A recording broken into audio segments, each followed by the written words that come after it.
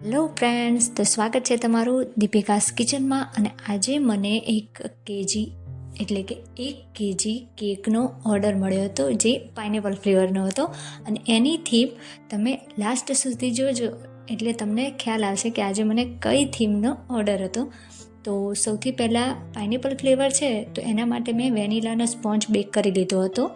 અને એમાં મેં પાઇનેપલ કલર સેજ યલો કલર એડ કર્યો હતો, 1 ડ્રોપ જેટલો જેલ કલર. અને એના 3 આવી રીતે પાર્ટ ડિવાઈડ કરી લીધા હતા.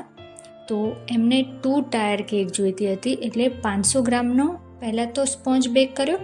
અને ત્યારબાદ એનાથી થોડી નાની જ એટલે કે પહેલાં જે કેક રેડી કર્યો એ 500 ગ્રામમાં, તો એ રીતે સ્પોન્જ રેડી કરી લીધો. અને એને મેં પહેલાં સ્પોન્જ, પછી સુગર સિરપ અને ત્યારબાદ ક્રીમ અને એની ઉપર પાઇનેપલ, એ રીતે કરીને 3 લેયર બનાવી દીધા હતા.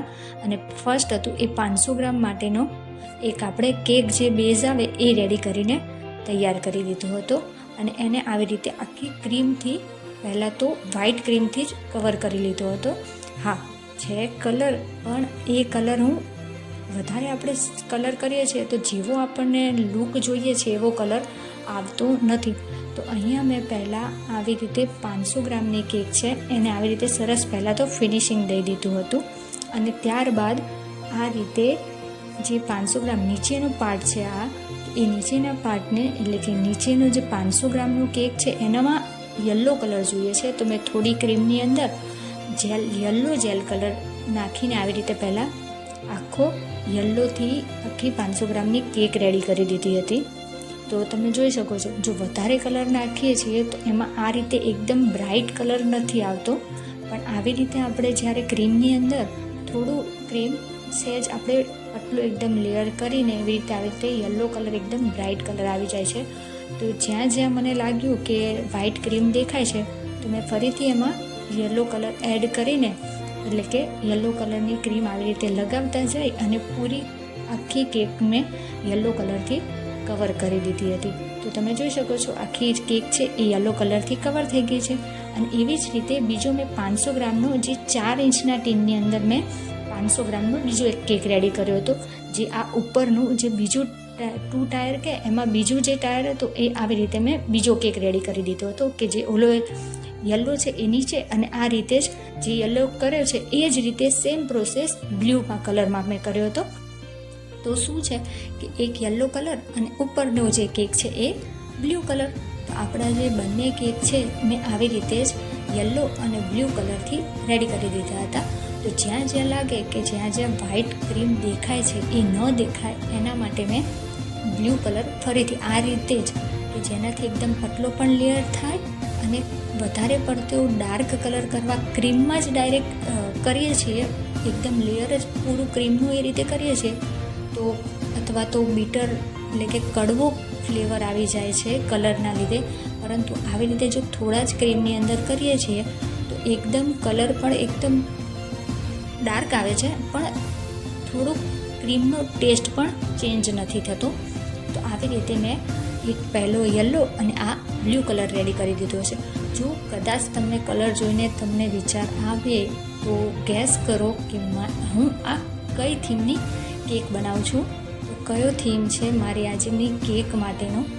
તો સૌથી પહેલાં આપણે સરસ રીતે બ્લુ અને યલો કલર બંનેનું પહેલાં તો સરસ આપણે ફિનિશિંગ દઈ દઈએ.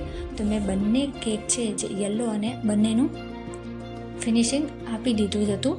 અને જ્યાં જ્યાં લાગતું હતું એવી રીતે આ જે નાઇફ છે એની મદદથી પહેલાં પૂરેપૂરો બ્લુ કલર કરી દીધો હતો. અને આ કેક જ્યારે રેડી થઈ ગયો હતો અને જ્યારે મેં કસ્ટમરને ફોટો મોકલ્યો હતો ત્યારે તેમનો પણ એટલો રિપ્લાય આવ્યો હતો કે સેમ જે મેં તમને ફોટો મોકલ્યો છે સેમ તમે એ રીતના મને કેક રેડી કરીને આપી દીધી છે. અને જ્યારે કેક ગઈ ત્યાં કસ્ટમર પાસે ત્યારે પણ એમને જે ટેસ્ટ પણ ખૂબ જ ગમ્યો, અને જે કેકનો જે કે ફોન કરતાં પણ આમાં જે રિયલ લુકમાં પણ સેમ ટુ સેમ તમે મને રેડી કરીને દીધી. અને ટેસ્ટ તો તમારો બહુ જ સરસ હતો. તો અહીંયા તમે જોઈ શકો છો કે 2 ટાયરના કેક માટે આપણું ફર્સ્ટ ટાયર છે, જે મતલબ કે ફર્સ્ટ કેક, એ મેં આ પાછું જે કિલોનું સ્પોન્જ છે એની ઉપર આપણે આવી રીતે પહેલાં ફર્સ્ટ ટાયર એટલે કે યલો કલરવાળી કેક મૂકી દીધી. અને એની ઉપર આપણે મેં બ્લુ કલરનું જે કેક રેડી કર્યો હતો 500 ગ્રામનો, એ રેડી કરી દીધું. આ 1 kgમાં મેં 2 ટાયર કેક રેડી કરી દીધું હતું. તો હવે જોઈ શકો છો કે મને થોડી પ્રોબ્લેમ થઈ હતી સહેજ. શું છે કે એક જગ્યાથી કેક ઉપરનું જે છે કેક એ સહેજ ખસકી ગયું હતું, અને જ્યાં ફરીથી મને લાગ્યું કે થોડો કલરમાં મતલબ કે બંને શું છે કે જ્યારે આપણે કેકનું ઉપર એક કેક મૂકીએ છીએ ત્યારે થોડી ડિફિકલ્ટીસ તો આવે જ છે.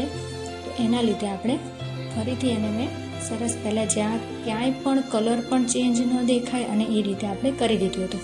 તો અહીંયા મેં આ જે ડોવલ કહેવાય એટલે કે સ્ટ્રો છે એને મેં વચ્ચે સ્ટિક કરી દીધી છે કે જ્યારે પણ આપણે કેક ડિલિવર કરીએ ત્યારે એ કેક છે પોતાની જગ્યાએથી ખસે નહીં, અને ફરીથી ઉપર આપણે ક્રીમથી એને કવર કરી દીધું છે. કેક પણ ન ખસે અને એક જગ્યાએથી મતલબ કે हिले ડૂલે નહીં કેક. અને હવે છે ગ્રાસ ટાઈમ. તો આ છે મેં ક્રીમની અંદર એકદમ ગ્રીન કલર એટલે કે જેલનો ગ્રીન કલર એડ કરીને આવી રીતે ગ્રાસ તૈયાર કરી દીધું છે. તો હવે તમને થોડો તો આઈડિયા આવી ગયો હશે કે આ કઈ થીમ છે કેકની. તો જો તમને થોડામાં પણ આઈડિયા આવે તો પણ તમે મને જરૂરથી કહેજો કે કઈ થીમ છે. અડધો વિડીયો જોઈને પણ તમને લાગે કે આ થીમની કેક છે તો તમે મને જણાવજો કે કયા થીમની કેક છે. તો આપણે આ ગ્રાસ પણ નીચે અને વચ્ચે જે બોર્ડર છે એની ઉપર આપણે રેડી કરી દીધું છે. અને જેનો બર્થડે છે એ બાબાની એજ છે 2 યર, એનું આપણે 2 યરવાળું ટોપર અને આ બધા જે ટોપર હતા એને મેં પ્રિન્ટ કરીને એને એકદમ આવી રીતે સ્ટીકથી આવી રીતે મેં લગાવી દીધા છે. હવે તો ખ્યાલ આવી ગયો છે કે કઈ થીમ છે. હા, આ જોઈને તો ખ્યાલ આવી જ ગયો હશે તમને બધાને કે આ મારી કઈ થીમ છે કેકની. તો આપણે જે ફ્રન્ટમાં લગાવીએ છીએ એમાં નીચે પાછળ ગનાશ કે વ્હાઇટ ચોકલેટ કે કોઈ બી ચોકલેટ એડ કરીને આપણે ક્રીમ ઉપર સ્ટીક કરીએ છીએ. તો શું છે કે એનું જે પેપર હોય છે એ એકદમ ગીલું એટલે કે એકદમ ભીનાશ નથી આવતી અને સરસ રીતે કેકમાં પણ ચીપકી જાય છે, અને એને થોડી વાર માટે તમે બહાર પણ રાખો તો પણ કેક ખરાબ થતી નથી. તો હા, મેં આ મારો ઓર્ડર હતો કોકોમેલન થીમ કેક. તો એ આપણી કેક રેડી થઈ ગઈ છે. અને આગળ જ્યાં લાગ્યું કે ચલો અહીંયા પણ ઘાસ થોડું હું એડ કરી દઉં તો એ એડ કરી લીધું, અને જે આ મોતી આવે છે એડિબલ છે એ એડ કરી લીધા છે. તો તમે જણાવો કે તમને મારી આ કેક કોકોમેલન થીમ કેક તમને કેવી લાગી. અને પ્લીઝ જો તમે મારી ચેનલને સબસ્ક્રાઈબ ન કરી હોય તો પ્લીઝ મારી ચેનલને સબસ્ક્રાઈબ કરો અને મારા બધા જ વિડીયોઝ જુઓ. તો તમને આ કોકોમેલન થીમ કેક કેવી લાગી? મને અને મારા કસ્ટમરને તો ખૂબ જ ભાવી હતી અને ખૂબ જ ગમી હતી. પણ મારો આ પહેલો જ ઓર્ડર હતો થીમ કેકનો. તો તમને કેવો લાગ્યો તે મને જરૂર જણાવજો.